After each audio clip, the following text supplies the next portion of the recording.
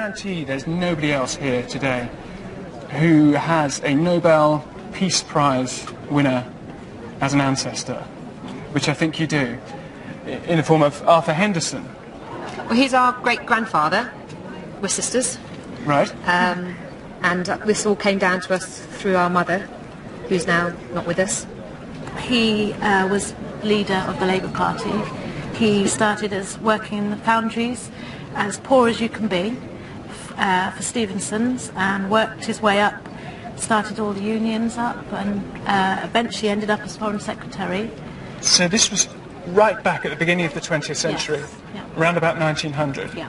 when the Labour Party First had started. only just come into Yes. existence. Yeah.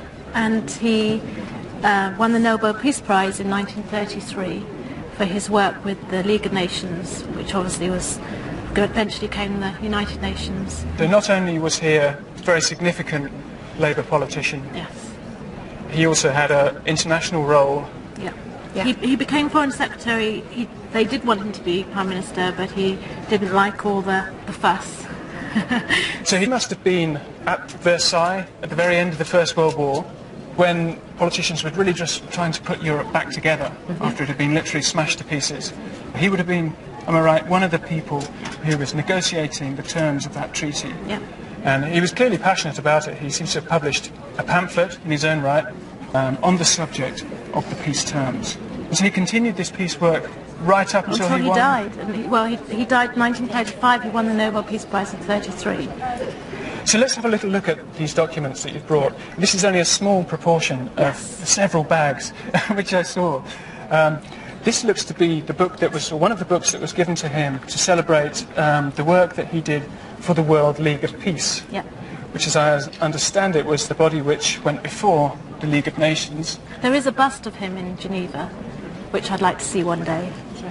Of your great-grandfather in Geneva. Yeah. Yes. He was clearly a great traveller. Yes. One of the lovely things you brought me is his passport. And clearly in the course of his work he was travelling all over Europe. And here he is. And of course he issued the passport because he was Foreign Secretary. So he signed his own passport. Yeah. And look at all these stamps. I mean, he was literally travelling everywhere. Yes. In a These very are all the short peace space of time. conferences that he went to, so I've been told by the family.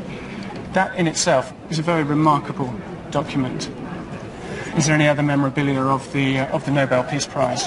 Just the book. Just the the book. dove. Porcelain dove as well. You The want... porcelain dove. Do you have the dove? No. It's at home, but I broke it.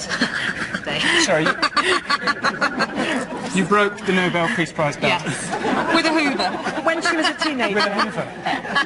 I glued it back together, though. With super glue. I'm sure your great-grandfather wouldn't have minded too much. No. Well, what you brought is not just interesting and significant, it's of historical importance. This is a very large archive devoted to possibly one of the most important Labour leaders in its early history. Yes. It also has a commercial value, but I suspect you're not here to ask about its commercial value. It's the history, and just being able to show people, because it's all in boxes under my bed and nobody gets to see or hear about it. So I suppose if you were to sell this, the whole archive together would be worth several £1,000s, possibly £10,000. But actually I think they have a place in a museum. yes. The kind of things that should be kept together. Yeah. And we're very proud of it for our children as well. I'm delighted to hear it. It's wonderful. Thank you. Thank you very Thank you. much. Thank you.